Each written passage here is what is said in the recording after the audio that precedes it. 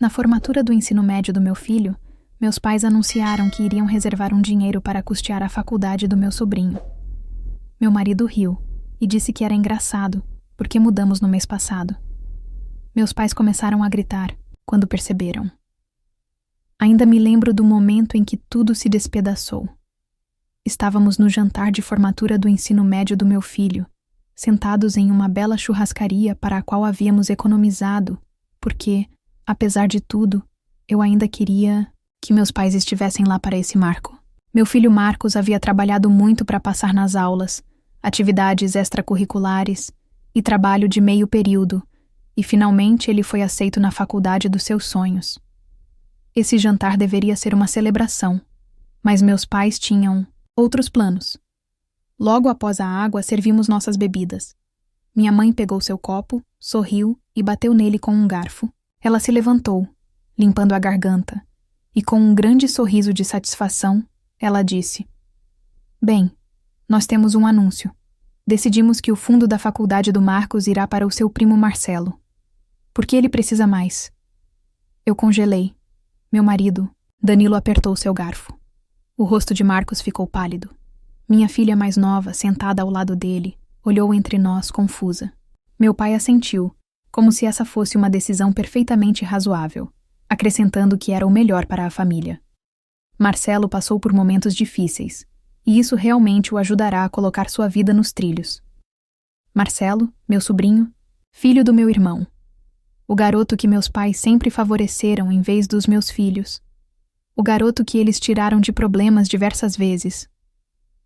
Eu podia sentir o calor subindo no meu rosto, anos mordendo minha língua, deixando meus pais desprezarem e minarem meus filhos, sendo tratados como uma reflexão tardia comparado ao meu irmão. Tudo começou a ferver. Danilo, no entanto, foi mais rápido. Ele se recostou na cadeira, tomou um gole de sua cerveja e riu. Ele riu divertido, e então disse: "É engraçado, porque nós mudamos no mês passado." Minha mãe piscou. O sorriso do meu pai vacilou. "O quê?" Minha mãe perguntou, sua voz afiada. Danilo sorriu e disse: "Sim, nós vimos isso chegando. Então mudamos o fundo da faculdade do Marcos para fora do alcance deles, semanas atrás." E então tudo explodiu. O rosto da minha mãe ficou vermelho tão rápido que eu pensei que ela fosse desmaiar. "Você não tinha o direito!" Ela gritou. "Meu..." Pai bateu a mão na mesa, sacudindo os talheres. "Você não pode fazer isso." Esse dinheiro era para a família. Eu finalmente encontrei minha voz. Marcos é família, e esse fundo era dele. Você está sendo egoísta. Minha mãe cuspiu. Marcelo precisa disso. Você sabe o quão difíceis as coisas têm sido para o seu irmão. Estamos consertando as coisas para ele, e você está estragando tudo. Foi quando realmente caiu a ficha. Eles nunca planejaram que esse dinheiro fosse para o Marcos. Não realmente. Eles sempre estiveram esperando o momento certo para intervir e pegar. Olhei para Marcos, que os encarava com pura devastação. Ele cresceu sabendo que seus avós não o favoreciam, mas isso era diferente. Era a prova de que, aos olhos deles, ele nem importava, e isso quebrou algo dentro de mim. "Consertando as coisas?" Repeti, minha voz tremendo. "Você quer dizer a maneira como consertaram as coisas da última vez que Marcelo roubou de nós? Ou a vez que ele foi preso e vocês pagaram as acusações? Ou a vez que ele destruiu o carro do meu irmão e vocês compraram um novo para ele?" Meu pai rosnou. "Isso não é a mesma coisa. Marcelo tem lutado. Seu irmão é um pai solteiro, fazendo o seu melhor. E eu sou uma mãe fazendo o meu melhor." Eu retruquei. "E você acabou de dizer ao meu filho, em um dos dias mais importantes da vida dele, que o futuro dele não importa, que estava roubando a chance dele de ter a vida pela qual ele trabalhou tanto." Minha mãe zombou. "Oh, por favor. Marcos, pode fazer empréstimos como todo mundo."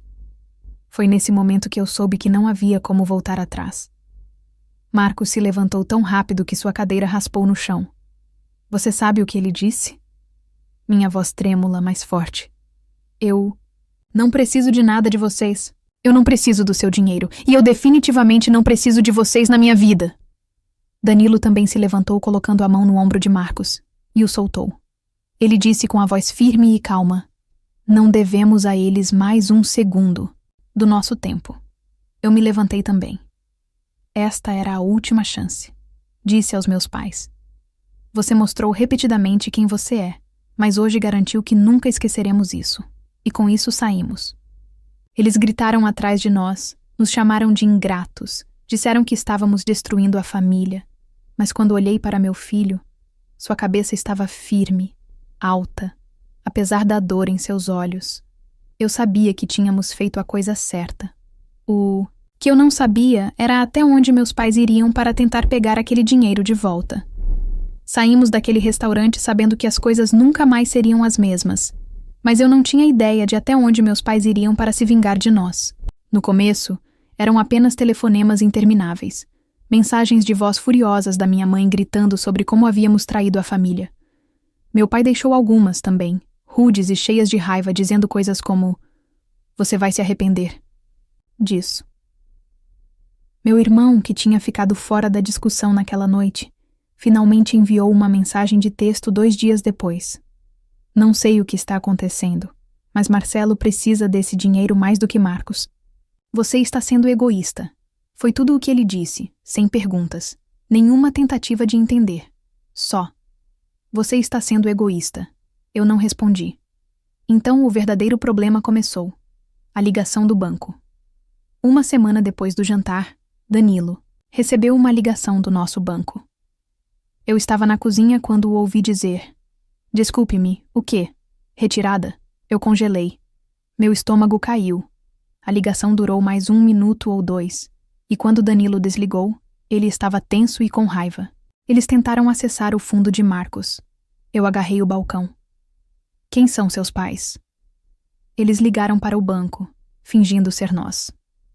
Disseram que tínhamos dado permissão para um saque de emergência familiar. Eu não conseguia nem respirar. Danilo balançou a cabeça. O banco sinalizou, dizendo que algo parecia estranho e me ligou primeiro.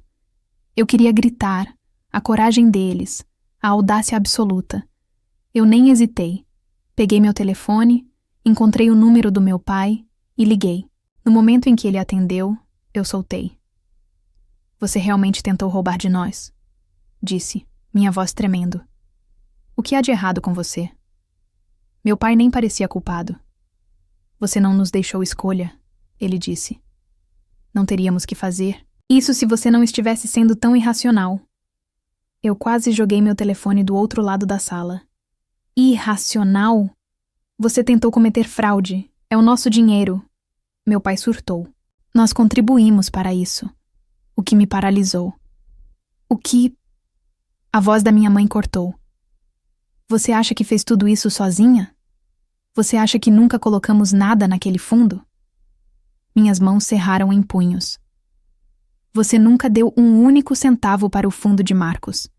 Você está se lembrando errado, meu pai disse suavemente. E se levássemos isso ao tribunal? Ele continuou. Garanto que eles concordariam que temos direito a isso. Meu sangue gelou. Danilo deve ter visto meu rosto, porque ele se aproximou. Eles não o fizeram, ele disse. Eles não tinham base para isso. Mas eu não tinha tanta certeza, porque meus pais eram mentirosos ousados e manipuladores. E se eles estavam dispostos a ir tão longe, o que mais estavam planejando? A ameaça legal. 3 dias depois, recebemos nossa resposta. Eu estava entrando na garagem quando vi um envelope grosso na nossa porta. Peguei-o e no segundo em que vi o endereço de retorno, eu me senti mal. Era de um advogado. Corri para dentro. Minhas mãos tremiam enquanto eu o rasgava. Danilo estava na sala de estar. O que é isso? Ele perguntou. Eu escaneei a primeira página, depois a segunda, e, na terceira, minhas mãos estavam tremendo muito para segurar o papel com firmeza. Eles estão nos processando. Eu sussurrei.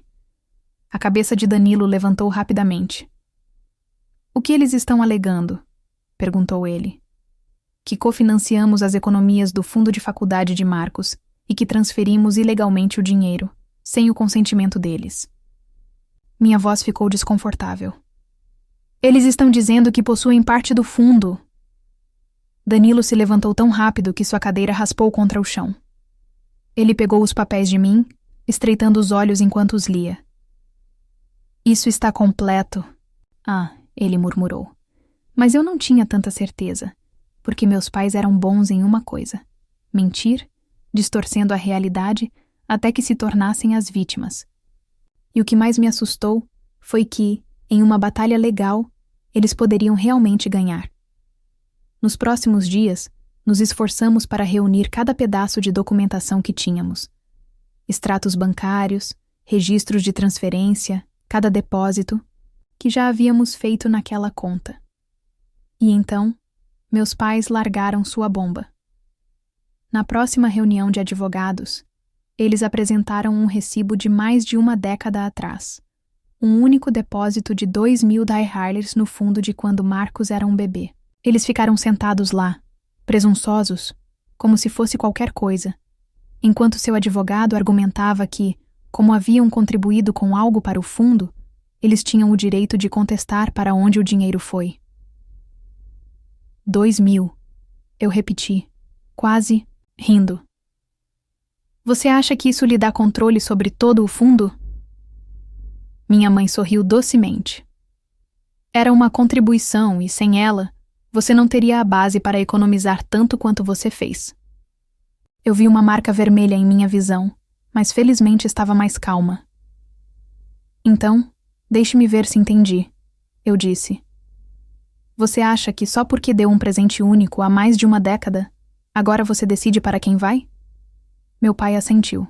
Exatamente. Eu poderia ter gritado.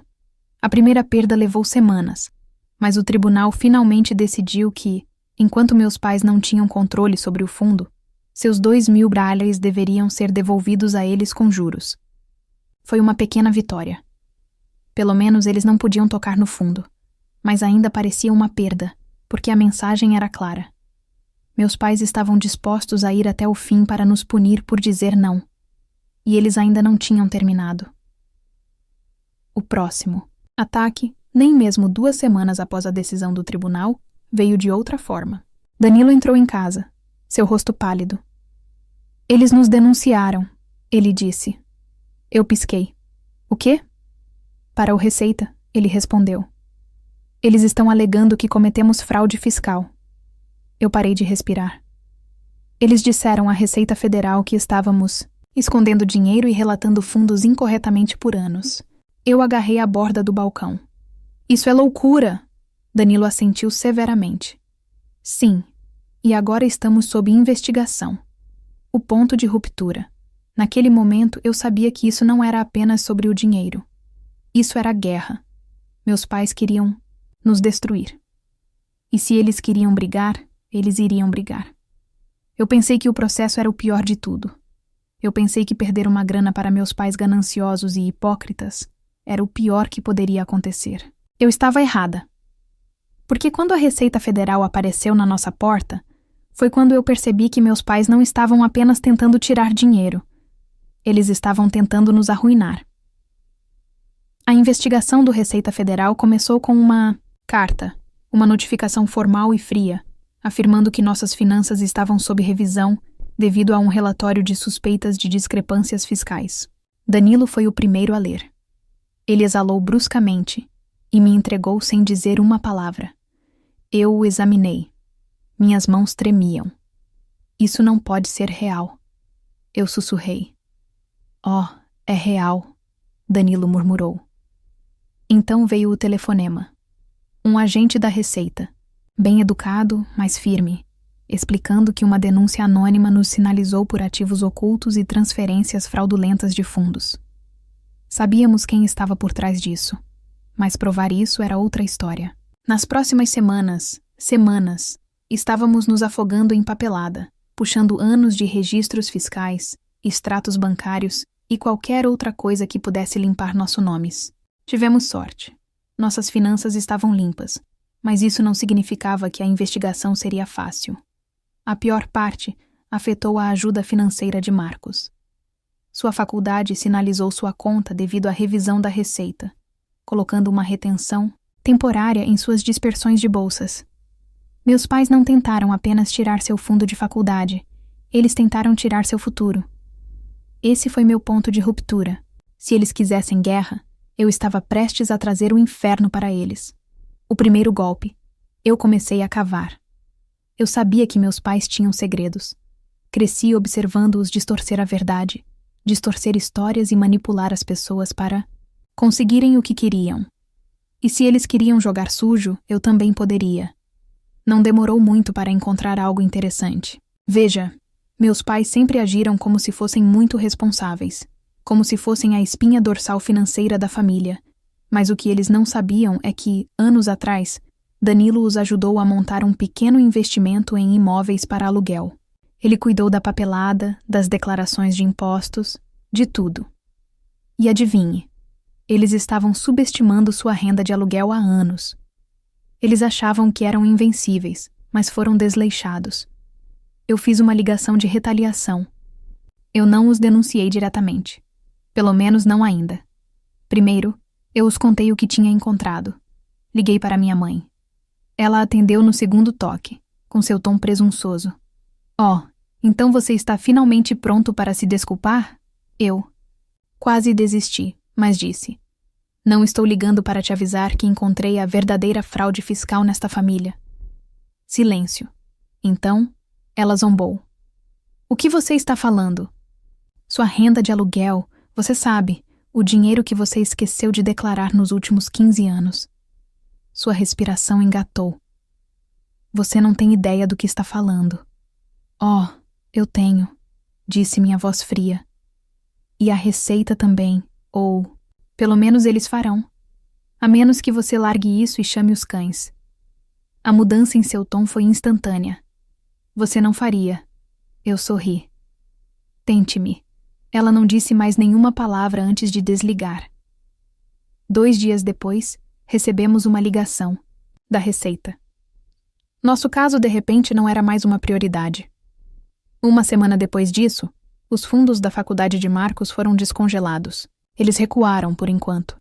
Mas eu os conhecia. Sabia que eles não deixariam isso acabar assim. E eu estava certa. A invasão de domicílio aconteceu tarde da noite. Danilo e eu estávamos dormindo quando o som de vidro quebrando nos acordou. Por um segundo, pensei que estava sonhando. Então ouvi o som inconfundível de passos dentro de nossa casa. Danilo já estava se movendo. Ele pegou o taco de beisebol que mantinha ao lado da cama e gesticulou para que eu ligasse para o 911. Minhas mãos tremiam tanto que quase deixei meu telefone cair. Então ouvimos uma voz. Mãe, pai, Marcos. O pânico tomou conta de mim quando percebi que ele estava acordado. Ele tinha ouvido o barulho e, em vez de ficar parado, estava descendo as escadas. Fique no seu quarto. Danilo gritou. Era tarde. Demais.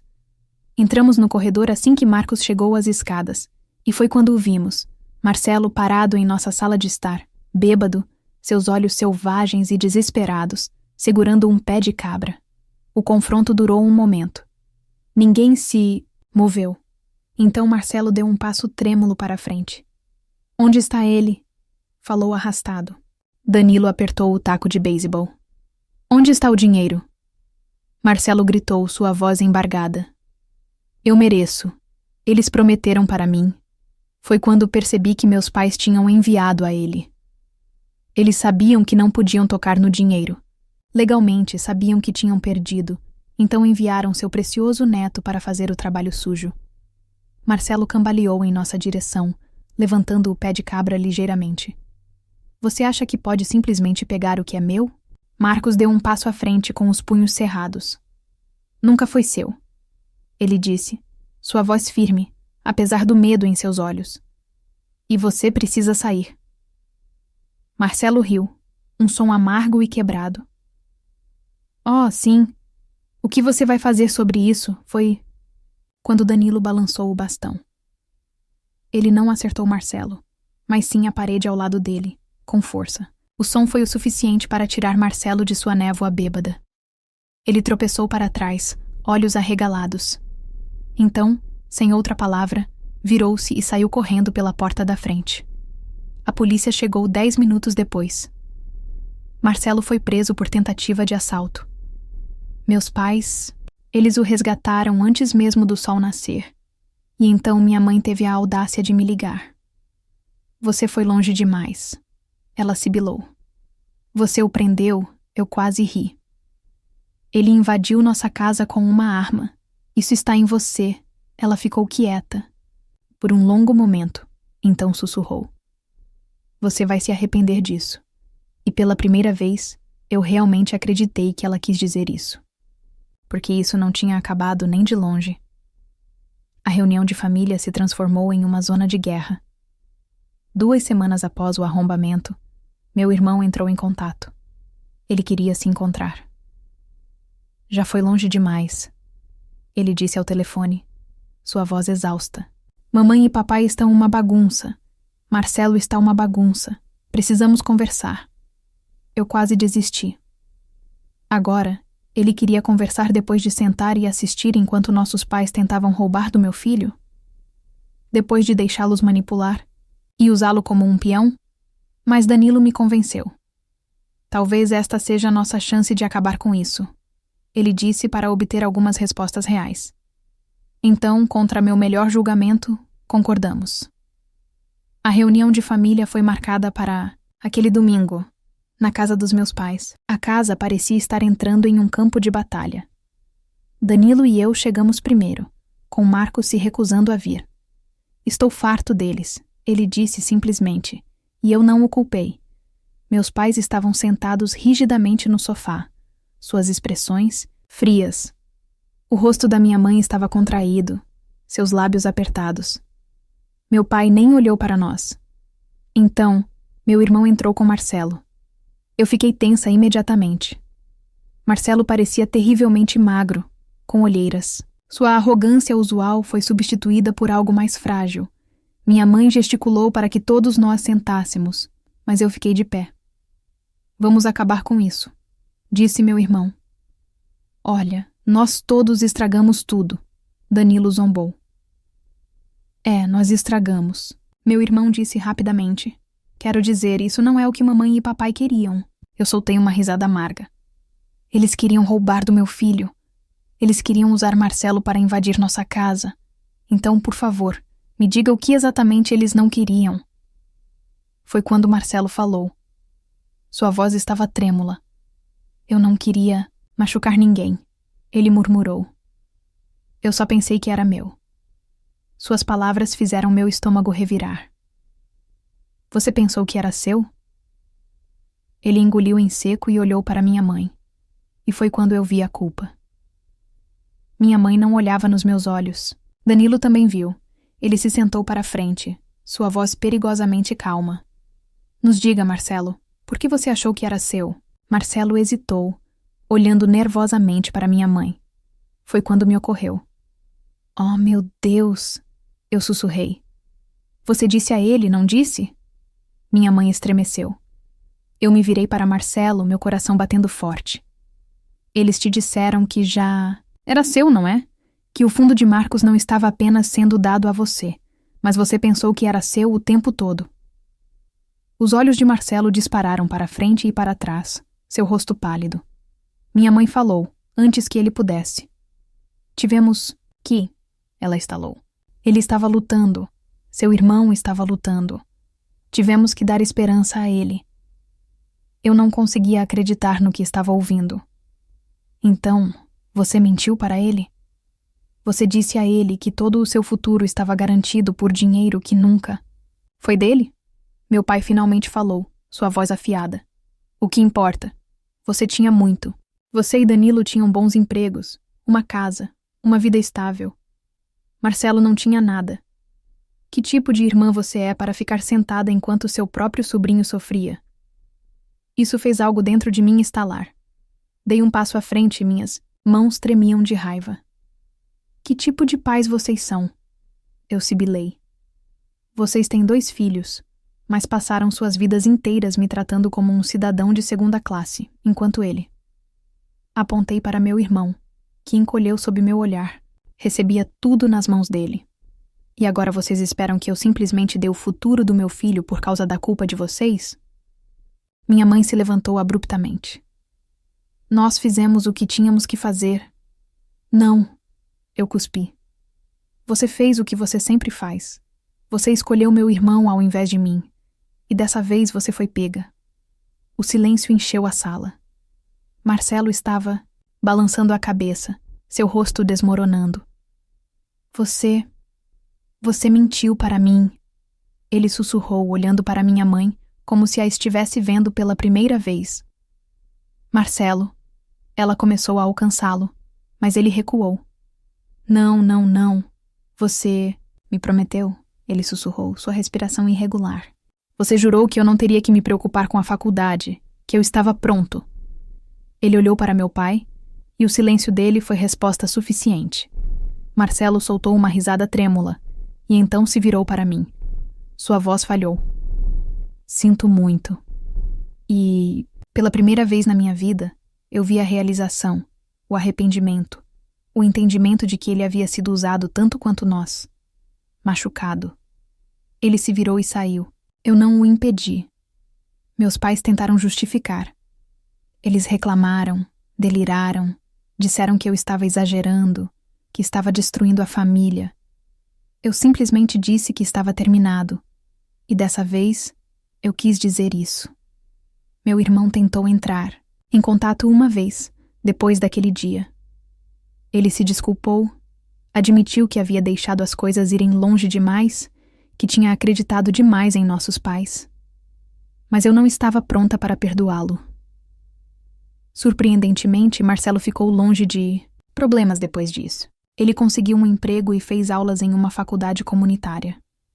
Seja por culpa, vergonha ou um verdadeiro chamado para despertar, eu nunca saberei. Mas eu esperava que, pelo bem dele, ele finalmente tivesse aprendido.